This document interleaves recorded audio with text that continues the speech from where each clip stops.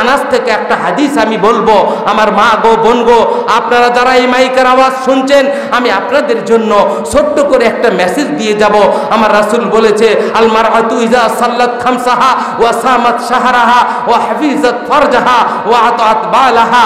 মা গো, আপনাদের জন্য চারটা, আমার মুরব্বিয়ানি কেরাম, আপনাদের জান্নাতে যাওয়ার দুইটা পদ্ধতি আমি পরে বলবো। দোয়ার আগে শুধু মা বোনদের জন্য আমি একটি মেসেজ দিতে চাই। দুপচাচি এলাকার মায়েরা বোনেরা, আপনাদের জন্য প্রথম মেসেজ হলো, আমার রাসূল বলেন, আল মারআতু ইযা সাল্লাত খামসাহা, মা গো, দিনে 5 বার যখন মুয়াজ্জিনের কণ্ঠে আমার আল্লাহ, ওই যে ফজরের সময় মুয়াজ্জিনের কণ্ঠ মিলিয়ে আমার আল্লাহ বলেন, হাইয়া আলাস সালাহ, আয় বান্দা আয়, নামাজের জন্য আয়। বান্দা রে, আমি আল্লাহ তোরে দুনিয়ায় পাঠিয়েছি, আমি আল্লাহ তোরে জান্নাতে নিতে চাই। তোর জান্নাতের চাবির জন্য আমি আল্লাহ তোমাদেরকে আহ্বান করছি। আসসালাতু মিফতাহুল জান্নাহ, ওই জান্নাতের চাবিটা উন্মুক্ত করতে হলে তোমাদেরকে নামাজ পড়তে হবে। আমার আল্লাহ বলে, মুয়াজ্জিনের সুরে দিনে 5 বার ওই মসজিদের মেম্বার থেকে আমি তোমাদেরকে ডাকি। ও বান্দা বান্দিরা, যখনই তোমাদের কানে আমি আল্লাহর আহ্বান আসে, হাইয়া আলাস সালাহ, আয় বান্দা আয়, নামাজের জন্য আয়। হাইয়া আলাল ফালাহ, আয় বান্দা আয়, মুক্তি নিতে আয়। ওই বান্দাটা রাত্রিতে ঘুমন্ত ছিল, আমি আল্লাহর মোহাব্বত ওই বান্দিটার অন্তরে আমি আল্লাহ কতটা দিয়েছি। যখন রাত্রিতে ঘুমায় থাকে, মুয়াজ্জিন যখন মসজিদে ওই যে আজান দেয়, আসো বান্দা নামাজের জন্য, আসসালাতু খায়রুম মিনান নাওম, ওই ঘুমের চাইতে নামাজটা বড় উত্তম। আমার এই আল্লাহর আহ্বান মুয়াজ্জিন যখন মসজিদের মেম্বার থেকে আল্লাহ ডাক দেয়, ওই সময় যেই বান্দা, ওই সময় যেই বান্দি আল্লাহর কুদরতি পায়ে নিজের উন্নত ললাটকে অবনত করে আল্লাহর পায়ে সেজদা দেওয়ার জন্য ওই আরামের বিছানাকে হারাম করে ওই ঠান্ডা পানি দিয়া ওযু করে, ঠির করে কাঁপতে থাকে। আর আমার আল্লাহ আরশে আজিম থেকে বলে, আমি তো দুনিয়ার আসমানে নেমে এসেছি। রাত্রি যত গভীর হয়, আমার আল্লাহ বলে, দুনিয়ার কোর্ট কাছারি সব বন্ধ, দুনিয়ার অফিস আদালত ব্যবসা প্রতিষ্ঠান বন্ধ। বান্দা, তোমারে আমি প্রথম রাত্রিটা স্ত্রীদের সঙ্গে আনন্দের জন্য দিয়েছি, কিন্তু যখন রাত্রি শেষ রাত্রি হয়, আমি আল্লাহ দুনিয়ার আসমানে নেমে আসি। বান্দা, তুমি যদি আমি আল্লাহরে বড্ড ভালোবাসো, আমি আল্লাহর কথা মনে করে আরামের বিছানাকে হারাম করে ঠান্ডা পানি দিয়া ওযু করে যখনই বান্দা যায় মসজিদে, বান্দি যায় নামাজের মুসাল্লায়, যখনই বান্দা মসজিদে যে আল্লাহুম্মা ফতাহলি আবওয়াবা রাহমাতিক বলে আল্লাহর কাছে রহমতের দরজা উন্মুক্ত করার জন্য বান্দা ডান পা ফেলিয়ে দেয়, আমার আল্লাহ বলে, ও ফেরেশতা, তোমরা না বলেছিলা আমার বান্দা আমার কথা মানবে না, আমি আল্লাহরে ভালোবাসবে না? দেখো দেখো, আমি প্রথম আসমানে নেমে এসেছি, বান্দা আমারে কতটা ভালোবাসে।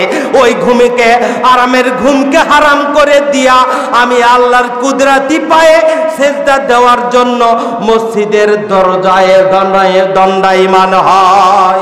জোরে বলুন আল্লাহু আকবার। আমার বান্দা বান্দি আমারে কত ভালোবাসে।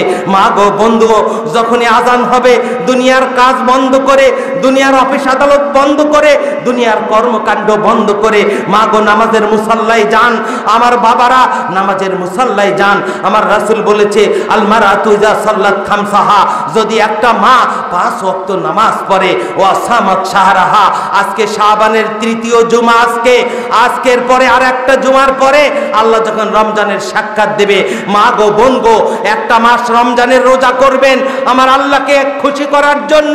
আমার রাসূল বলেছে, কেউ যদি আমার আল্লাহকে ইহতিসাবের সঙ্গে, আল্লাহকে খুশি করার জন্য ইয়াকিনের সঙ্গে একটা রোজা করে, আমার রাসূল বলেছে, ওই সায়েমের মুখ থেকে জাহান্নামকে আল্লাহ 500 বছরের দূরত্বে আমার আল্লাহ নিয়ে যাবে। জোরে বলুন আল্লাহু আকবার। ওই সায়েমের জন্য জান্নাতের একটি স্পেশাল দরজা, জান্নাতুর রায়্যানের দরজা আমার আল্লাহ উন্মুক্ত করে দেবে। ওই দরজাতে সায়েম ছাড়া অন্য কেউ প্রবেশ করতে পারবে না। শুধু সংরক্ষণ আলোকিত থাকবে। আমার আল্লাহ জান্নাতুর রায়্যান ওই সায়েমদের জন্য, রোজাদারদের জন্য আল্লাহ নির্ধারণ করেছে। আমার নওজোয়ান বাবারা, আমার অরুণ পাতের তরুণ দল, আমি তোমাদেরকে বলি বাবা, সামনে রমজানের রোজা আসছে, তোমরা প্রস্তুতি নাও। শাবান মাসে যতটা পারো রোজা করো। আমার রাসূল আম্মা জান আয়েশা বলেছে শাবান মাসে সবচেয়ে বেশি আমার রাসূল রোজা করেছেন। এটা আমার রাসূলের ফেইলি হাদিস। আমার রাসূলের কওলি হাদিসটা হলো, আমার রাসূল বলেছে আমি যদি পরবর্তী মুহররম মাসে আল্লাহ আমাকে যদি হায়াতে তৈয়বা দান করে, আমি আমার বছরে রমজান বাদে বাকি সবচেয়ে বেশি রোজা রাখবো। সেটা হলো মুহররম মাসে। ওই যে মুহররম আরবি প্রথম মাসটা, ওটাতে কথা বলেছে। কিন্তু আমার রাসূলের ফেইলি হাদিস, আমার রাসূল আম্মা জান আয়েশা বলেছে জীবনে সবচাইতে রমজান বাদে বাকি 11টি মাস আমার রাসূল সাল্লাল্লাহু আলাইহি ওয়াসাল্লাম সবচাইতে 11টা মাসের মধ্যে এই শাবান মাসে আমার রাসূল বেশি বেশি রোজা করেছেন। আমার মায়েরা বোনেরা, আইএমবেজের রোজা সামনে চলে এসেছে, গত কয়েকদিন আগে গেল। এরপরে সোমবার বৃহস্পতিবার আপনারা এই শাবানে রোজা রাখবেন। আর মা গো বোন গো, একটা মাস রোজা রাখবেন। ওয়া সামাত শাহরাহা ওয়া হাফিজাত ফুরুজাহা। মা গো, আপনি আপনার সতীত্বের হেফাজত করবেন। আমার আল্লাহ বলেছেন ওয়াকারনা ফি বুয়ুতিকুন্না ওয়ালা তাবাররাজনা তাবাররাজাল জাহিলিয়াতুল উলা। মা গো, ঘরে অবস্থান করবেন, কঠিন কালো বিশেষ প্রয়োজন ছাড়া বাড়ি থেকে বের হবেন না। মা গো, আপনার সতীত্বের হেফাজত করবেন। আপনার সতীত্বের হেফাজত যদি করেন, আপনার চেহারা পর পুরুষকে যদি না দেখান, ও দুপচাচি এলাকার মায়েরা বোনেরা, যদি প্রথম একটা নামাজ পড়বেন 5 ওয়াক্ত, 1 মাস রোজা করবেন, এরপরে সতীত্বের হেফাজত করবেন। 4 নম্বরে মা গো বোন গো, আপনাদের জন্য আমার রাসূল বলেছে ওয়াতাত বালাহা, স্বামীর খেদমত করবেন। মা গো বোন গো, স্বামীর প্রাণ ঢালানো দোয়া নেওয়ার জন্য স্বামীর খেদমত করবেন, স্বামীর প্রাণ ঢালার দোয়া নেবেন। আমার রাসূল বলেছে যেই স্বামীটা সকালবেলা বাড়ি থেকে বের হলো, স্ত্রী তারে চতুর্দিক থেকে সহযোগিতা করলো, স্বামীরে খাবার দিয়া স্বামীরে সন্তুষ্ট করলো, স্বামীর সমস্ত সেবা করলো, স্বামীরে এমন ভাবে তাবাসসুম করে মুস্কি হাসি দিয়া স্বামীর সঙ্গে আলিঙ্গন করলো, স্বামীর অন্তরে যেই মাটা সবচাইতে বড় বস মনে করে, সবচাইতে বড় পূজনীয় মনে করে, স্বামীর দুনিয়াতে সব মানুষের চাইতে বেশি সম্মানিত মনে করে, স্বামীর প্রাণ ঢালা দোয়া নেবে, স্বামীর প্রাণ ঢালা দোয়া নিয়া স্বামীরে খেদমত করে স্বামীর দোয়া নেবে। ওই সব স্বামী সকালবেলা যখন বাড়ি থেকে বের হয়ে যাবে, স্ত্রীর প্রতি বড় মোহাব্বত নিয়া স্বামী যখন বাড়ি থেকে বের হয়, স্ত্রী তারে আনন্দ চিত্রে বাড়ি থেকে বের করে দিল। ওই অবস্থায় যদি ওই স্বামী বাড়িতে চলে গেল, বাহিরে চাকরিতে গেল, জমিতে চাষাবাদে কাজ করতে গেল, ব্যবসা প্রতিষ্ঠানে গেল, মা গো বোন গো, সন্ধ্যা হওয়ার আগে যদি মালাকুল মউতের সঙ্গে দেখা হয়ে যায়, আমার রাসূল বলেছে, আম্মা জান হাফসা থেকে হাদিসটা বর্ণিত, আমার রাসূল বলেছে ওই মাটা যদি মাগরিবের আগে, সূর্য অস্তমিত হওয়ার আগে, ওই স্বামী বাড়ি থেকে ফেরত যাওয়ার আগে, বাড়িতে ফিরে আসার আগে মালাকুল মউতের সঙ্গে যদি দেখা হয়ে যায়, আল্লাহর 8খানা জান্নাতের দরজা উন্মুক্ত হয়ে যায়। জোরে বলুন আল্লাহু আকবার। আমার মায়েরা বোনেরা, স্বামীর খেদমত করবেন, স্বামীর প্রাণ ঢালান দোয়া নেবেন। আর যেই মা স্বামীর প্রতি লানত করে, স্বামীর ইনকামে সন্তুষ্ট নয়, স্বামীরে সব সময় ভৎসনা দেয়, স্বামীরে সব সময় কলিজায় আঘাত দিয়া কথা বলে, দুনিয়ার সব পুরুষেরা ভালো, স্বামী তার কাছে অতটা ভালো নয়, স্বামীর সম্মান দেয় না, স্বামীরে মহাব্বত করে না, স্বামীরে ভালোবাসে না, ওই স্বামী যদি সকালবেলা বাড়ি থেকে বের হয়ে যায়, ব্যবসা চাকুরিতে চলে যায়, মা গো বোন গো, আপনাদের জন্য বড় বিপদের কারণ।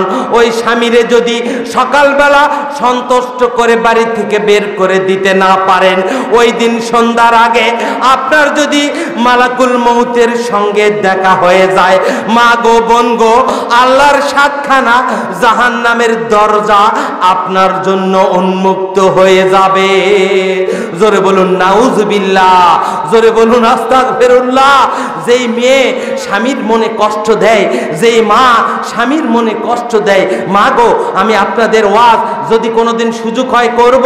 আম্মা জান আয়েশা রাদিয়াল্লাহু তাআলা আনহার অসংখ্য হাদিস, আমার রাসূল সাল্লাল্লাহু আলাইহি সাল্লাম যাকে সবচাইতে বেশি ভালোবাসতেন, মাহারা ইয়েতিম নবী তার মেয়ে ফাতেমাকে আমার রাসূল বলতেন, ফাতেমা বিদুহুম মিন্নি, আমি আমার মাকে বড্ড ভালোবাসি, আমার ফাতেমারে আমি বড্ড ভালোবাসি। আমি 6 বছর বয়সে আমি আমার মাকে হারিয়েছিলাম। মাকে হারানোর পরে আমি দুনিয়াতে আর কাকে মা বলে ডাকবো? খাদিজার কোলে যখন ছোট্ট ফাতেমা এসেছিল, আমি ফাতেমারে সবচাইতে বেশি ভালোবাসতাম। আমার রাসূল বলেছে ওই ফাতেমাকে আলীর ঘরে ফাতেমাকে পাঠায়। আমি বলেছিলাম তোমার পিতা আখির জামানার পয়গম্বর নবী কুল সম্রাট, তোমাকে জাহান্নাম থেকে মুক্ত করতে পারবে না। মা গো তুমি প্রাণ ঢালা দোয়া নিও আলীর খেদমতে, তুমি আলীকে খেদমত করে তুমি তার প্রাণ ঢালা দোয়া নিও।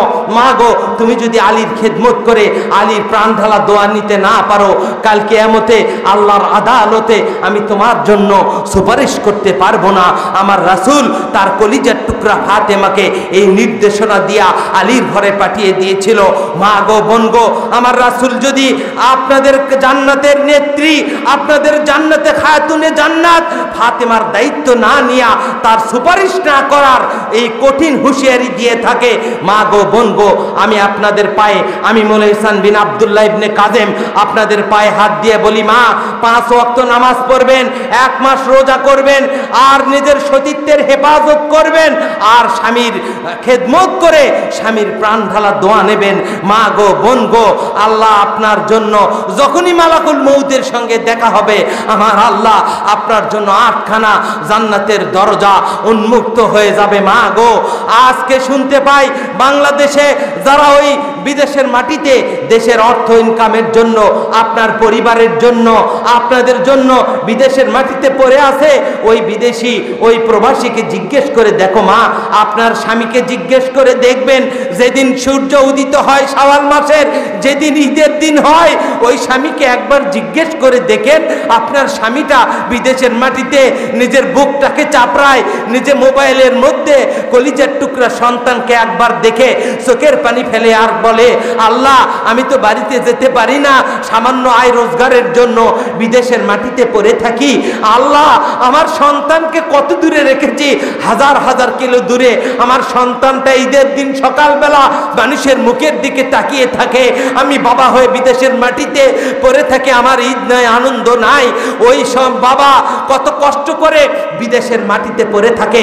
ওই স্ত্রী যদি ওই স্বামীর একটা সম্পদ যদি কোনো পরকীয়া প্রেমের কারণে যদি কাউরে 1টা টাকা দেয়, যদি কারো সঙ্গে 1 মিনিট কথা বলে, আল্লাহর লানত, আল্লাহর কসম, আল্লাহর কোরআন নিয়ে বলি, ওই স্ত্রী কাল কিয়ামতে আল্লাহর আদালতে জাহান্নামী হিসেবে দাঁড়াবে।